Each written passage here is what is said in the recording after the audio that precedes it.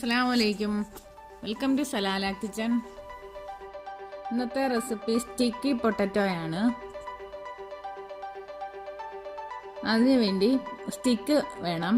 കഴുകി വൃത്തിയാക്കിയ പൊട്ടറ്റോ, തൊലിയൊന്നും കളയാതെ പച്ചയ്ക്ക് തന്നെ കഴുകി വൃത്തിയാക്കിയ പൊട്ടറ്റോ ഒരു സ്റ്റിക്ക് എടുത്ത് അതിനുള്ളിലേക്ക് കോർത്തെടുക്കാം.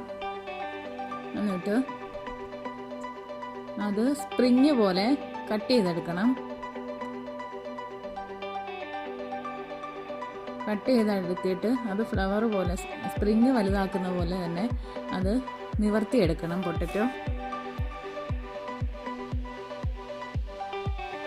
പൊട്ടിപ്പോവാതെ ശ്രദ്ധിച്ച് വിടർത്തിയെടുക്കണം.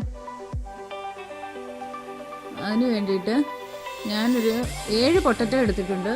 അതിന് 4 ടേബിൾ സ്പൂൺ മൈദ, 1 ടേബിൾ സ്പൂൺ കോൺഫ്ലവർ ഇല്ലെങ്കിലും കുഴപ്പമില്ല, 1/2 ടീസ്പൂൺ മഞ്ഞൾപ്പൊടി, 1 ടീസ്പൂൺ മുളക് പൊടി, 1 ടീസ്പൂൺ കുരുമുളക് പൊടി,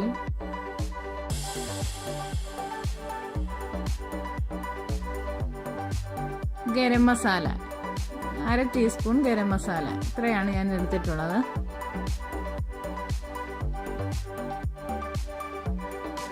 ഒരു പാനിനകത്ത് എണ്ണ ഒഴിച്ച് ചൂടാക്കാൻ വെച്ചിട്ടുണ്ട്. നന്നായിട്ട് എണ്ണ ചൂടായി കിടപ്പുണ്ട്.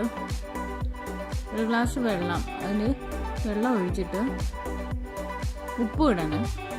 വെള്ളം ഒഴിച്ചിട്ട് വേണ്ടി ഈ പരുവത്തിൽ ഇത് കലക്കിയെടുക്കണം.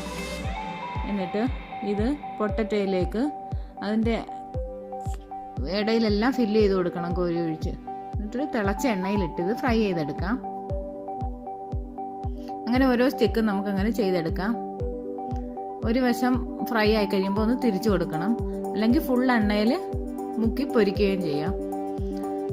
സ്റ്റിക്ക് റെഡി ആയിട്ടുണ്ട്.